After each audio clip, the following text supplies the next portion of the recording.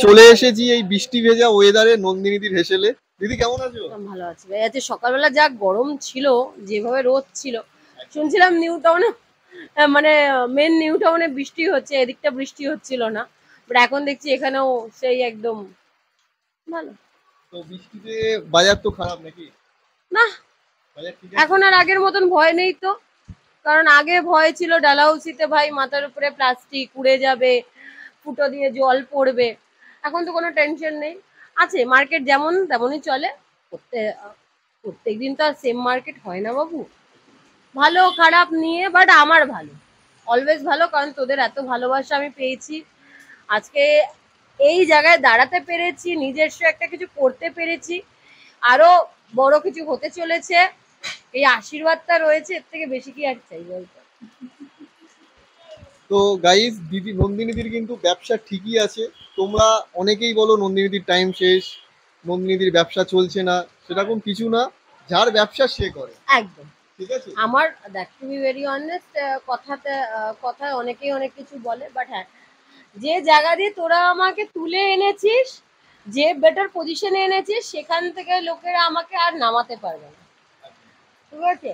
But হ্যাঁ, সেখান থেকে দাঁড়িয়ে আজকের ডেটে অনেক বেটার অ্যান্ড বেটার পজিশনে যাচ্ছি। আর সেটা সময় বলবে, সময় দেখাবে।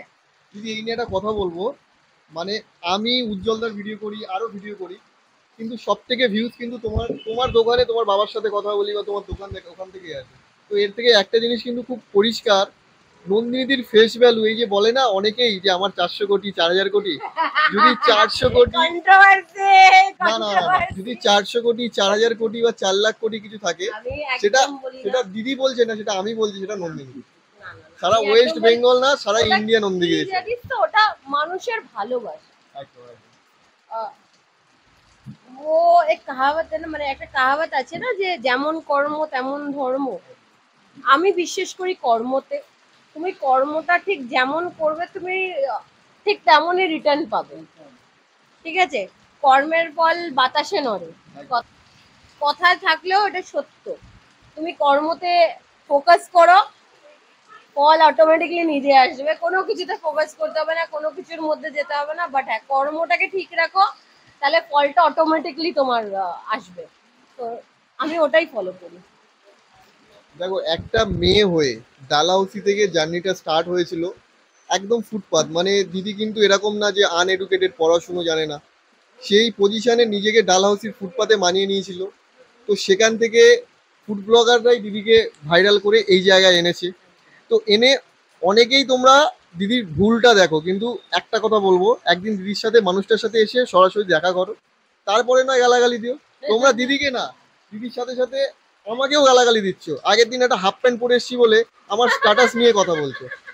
দেখো, মানুষের পোশাকটা সব নয়, ঠিক আছে। না না, ব্যাপারটা কি জানিস তো, আজকের ডেটে না লোকেরা না ওই দেখনদারি দিয়ে বিশ্বাস করে, দর্শনদারি দিয়ে মানুষ লোকেদেরকে গুণ বিচার করে দেয়। ওই দর্শনদারি দিয়ে গুণ বিচার হয় না।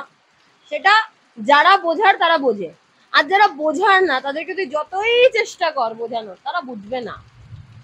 আর একটা কথা তোমরা খুব বেশি বলো, নন্দিনীদির হোটেলে আমরা দুপুরবেলা করে আসি ফ্রিতে খেতে। দিদি আমরা ফ্রিতে খাই? আজ পর্যন্ত আমার আজ অলমোস্ট 2.5 বছর হতে চললো না, 2.5 বছর হতে চললো, আজ পর্যন্ত আমার কাছে একজন, আমি মানে একজনও এরকম কোনো মানুষ নেই, ভালো খারাপ, খুব ভালো খুব খারাপ, যারা আমার খুব নিজের, যারা আমার একদম দু চক্ষের বিষ, এমনও অনেক ব্লগার রয়েছে আমার, তারা কেউই কোনোদিনই টাকা ছাড়া খায় না।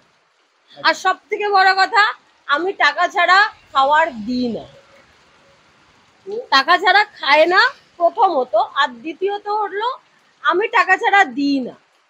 কারণ আমার ব্যবসার জায়গাটা এরকম একটা জায়গা, আমার ফ্যামিলিরও কেউ আসলে আমি তাদের দিয়ে হিসাব মতন টাকা নিই, কারণ ব্যবহার সম্পর্ক সবকিছুই বাড়িতে। কারণ আলটিমেটলি আমি ওই দিনটা জানি, যখন আমার কিছু ছিল না তখন আমার কেউ ছিল না।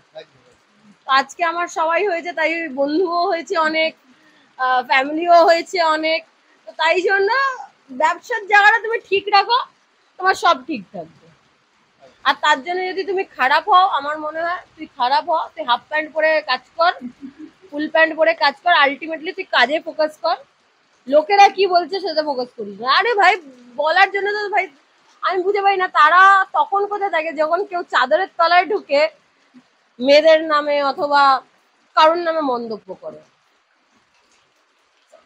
তাই জন্য তোকে তুই ভালো করলেও তোকে খারাপ ভালো মানুষ ভালো বলতে আসবে না, খারাপ করলেও তোকে খারাপ ভালো বলতে আসবে না।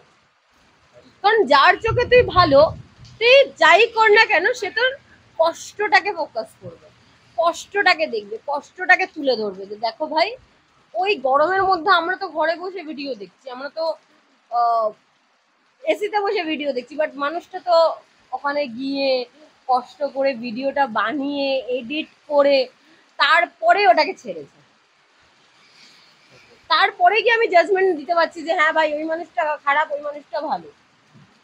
দিদি শুধু জাজমেন্ট ছেলেরা দেয় না, অনেক মেয়েরাই আছে যারা ভিডিওতে এতটাই খারাপ ভাবে বলে, মানে সেটা বলার বাইরে। তাদেরকে একটা কথা বলবো, তোমরা একবার ডালাউসি না ফুটপাথ থেকে নিজেকে যে কোনো ভাতের হোটেল হোক আর যাই হোক একবার করে দেখো না। তোমরা হয়তো তোমাদের অনেক টাকা আছে, তোমরা হয়তো সব না করবে না। ব্যাপারটা কি জানো তো বাবু, একটা কথা আছে জীবনে, যে মানুষ খেটে বড় হয় না, প্রত্যেকে মানুষই কিন্তু তাদের তাদের নিজস্ব স্ট্রাগল রয়েছে, কিন্তু আশীর্বাদ, ঈশ্বরের থেকে আশীর্বাদ খুব কম মানুষ পায়।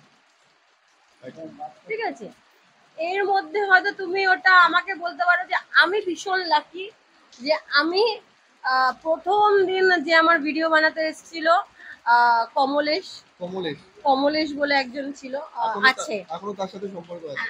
না সম্পর্ক ঠিক নেই, কিন্তু হ্যাঁ এখন টু বি ভেরি অনেস্ট ও হয়তো আমার সামনে আসলে আমি হয়তো চিনতেও পারবো না ঠিক করে যতক্ষণ না ও আমার পরিচয় নিজের পরিচয় দেবে।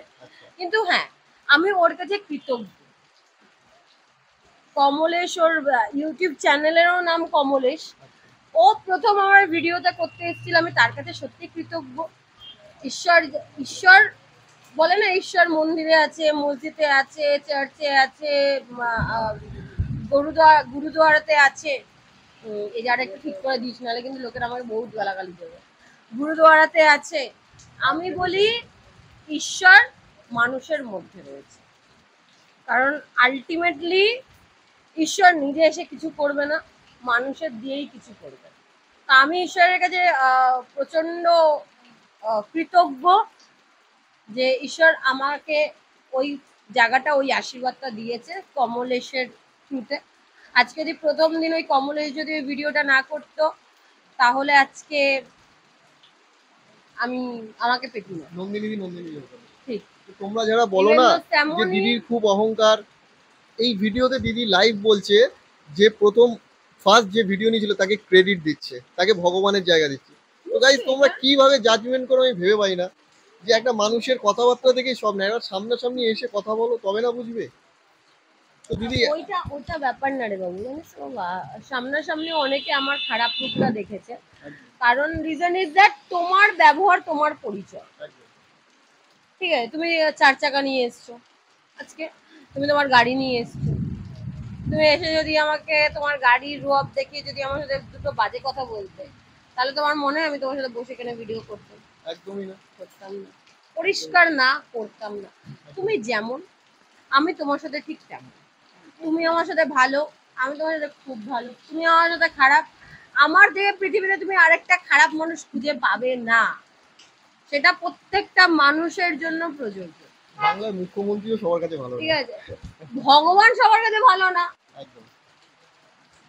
তুই একজন হিন্দুর কাছে গিয়ে বল আল্লাহ ভীষণ ভালো, সে মানবে না, সে বলবে না আল্লাহ কিভাবে ভালো হলো, আমার ভগবান ভালো। কিন্তু সে কি নিজে কখনো ভগবানকে দেখেছে? সে কি কখনো নিজে রামকে দেখেছে, লক্ষণকে দেখেছে? তাহলে রহমান কিভাবে খারাপ হলো? দিদি এর পরে তোমার প্ল্যান কি? মানে আমরা খুব খারাপ লাগছে যে খুব ভালোবেসে তুমি এই জায়গাটা করেছো। Just wait and see, just wait and watch, দেখা যাক। তো ডালাউসি বন্ধ হয়েছে, ভগবান রয়েছে, ডালাউসি থেকে যখন তিরপল থেকে যখন টিনের ছাদ পেয়েছি, টিনের ছাদ থেকে বেটার কিছু হবে এইটুকুনি 100% তোকে 100 কেন 1000% আজকের ডেটে আমি তোকে বলে দিচ্ছি। বেটার কারণ কিছুই হতে চলেছে, ঠিক আছে? তোমাকে ঈশ্বর তোমাকে আশীর্বাদ করেছে, কিন্তু কর্মটা তোমাকেই করতে হবে। একদম, একদম। আমি যদি ঘরে বসে বলবো যে না আমি আজকে 5 স্টার হোটেল বানাবো, পসিবল না। চেষ্টায় আছি, ডেফিনেটলি হবে। একটা কথা, মানে অনেকেই বলছে ডালহাউসির নাকি সব দোকান ভেঙে দিয়েছে, আবার অনেকে বলছে যে ডালহাউসিতে শুধুমাত্র তোমার দোকানটাই বন্ধ হয়েছে।